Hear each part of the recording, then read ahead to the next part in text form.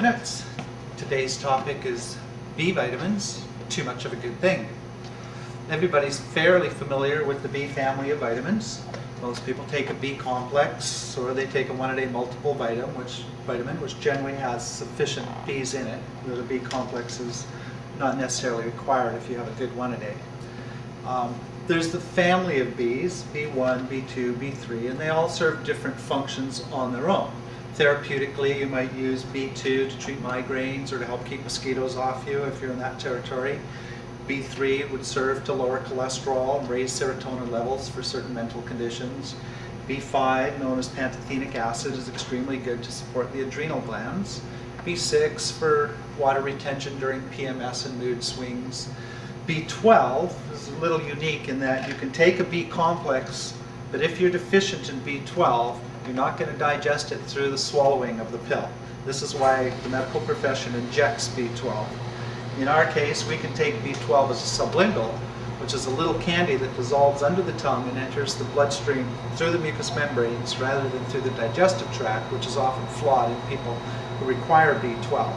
This is usually vegetarians or people with type A or AB blood who have lost some of the ability, and the elderly, lost the ability to properly absorb B12 through foods. People take Bs mostly because of stress. They've heard that it's good to relieve stress, and indeed many of the different functions of Bs apply to stress, as we've mentioned, PMS, adrenal support, that sort of thing. But often people take too many Bs, believing that they're water soluble, so there's no difficulty, you'll simply pee out the excess, and it's not quite that simple. In fact, B vitamins, while the body recognizes them, unlike, say, antidepressant, which the body doesn't recognize, you can take your B3 and the body will produce serotonin and that'll calm the nervous system down. They should be treated a little more delicately. In fact, a 50 milligram B complex is the equivalent of 25 days worth of food at a meal. And if you're going to take that many Bs all the time, the body's going to get sloppy and lazy as it does when you're generous with it. It's not going to store it as well, it's not going to utilize it as efficiently. So I advise my clients to skip the weekends with their B complexes, and in fact with a lot of their pharmaceutical isolate nutrients. Now we look at these nutrients and we say we're in a health food store, they're natural. Well, in a sense they're a natural molecule. But let me give you an indication of how we make a B vitamin. For example, biotin is synthesized from fumaric acid from glucose by conversion. Several chemical reactions involved, including hydrogenation, crystallization, acidification, and hydrolysis. Choline synthesized from ethylene from petroleum and ammonia. Several chemical reactions involved using water, carbon dioxide, and hydrochloric acid. This is just a basic illustration, but they are synthesized, and thus they are pharmaceutical white powders when it comes down to it, and those go through the liver. The liver perceives a chemical isolate to be something that it has to process, and it can add to the total burden of the liver, which is already dealing with all the toxins in our food and in our environment.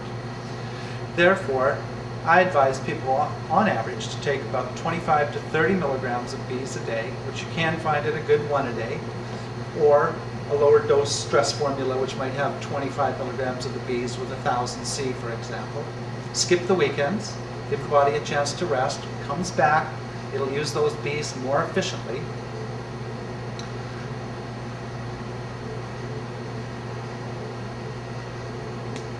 Now, of course, the exception to this would be if you're treating an acute condition. If you have high cholesterol and you have to keep it under control, if a woman's dealing with PMS and the B6 helps with her mood swings, if you have adrenal malfunction, then you would continue to use it because you're treating it like a therapeutic substance. And in fact, orthomolecular nutrition suggests that vitamins can be used like drugs at high dosage levels for short periods of time. Once the body's normalized, you then drop those levels back down to ordinary daily intake levels. B vitamins can be found in basic foods, and they can be taken as yeast supplements, Brewer's yeast and Javita yeast, though in this form they come in micrograms rather than milligrams, so the dosage is lower even though the assimilation is higher. Of all these Bs, they're relatively interchangeable since they are all made basically the same. There are some new companies on the market that make food form bees where they're complexed with yeasts in order to make them more bound to amino acids and trace minerals, more like they're found in food. They get away with lower doses again because the assimilation rate's higher.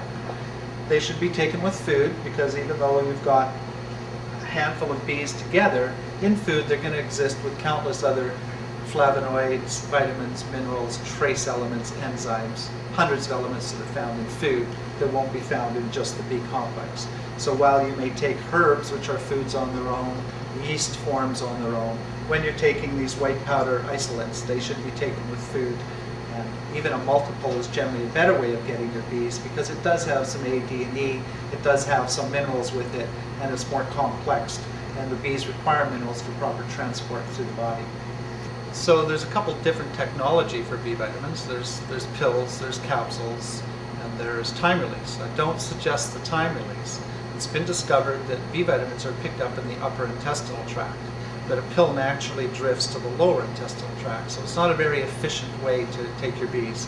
If you need bees therapeutically, you're taking a B100 or a B6 3 times a day, you take it with separate meals. That way, since it's mostly water soluble, it'll go through you in an arc of the day, and rather than a time release, which will give you some of the bees as it transits the upper intestinal tract, but not too much by the time it settles out.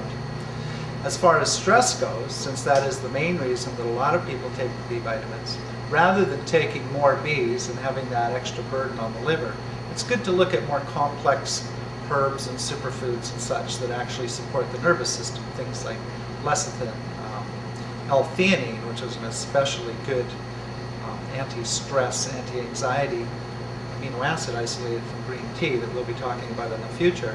St. John's wort can be helpful, skullcap, lemon balm, passion flower.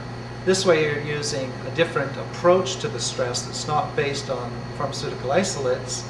You cover that base, and then you look at a whole food form, a herbal form, in order to cover that base, and you get a more synergistic effect when you're working on stress than just focusing on one side of the equation. That's today's Vitaminutes, and just remember there's a place for B vitamins, but there's always too much of a good thing. Thank you.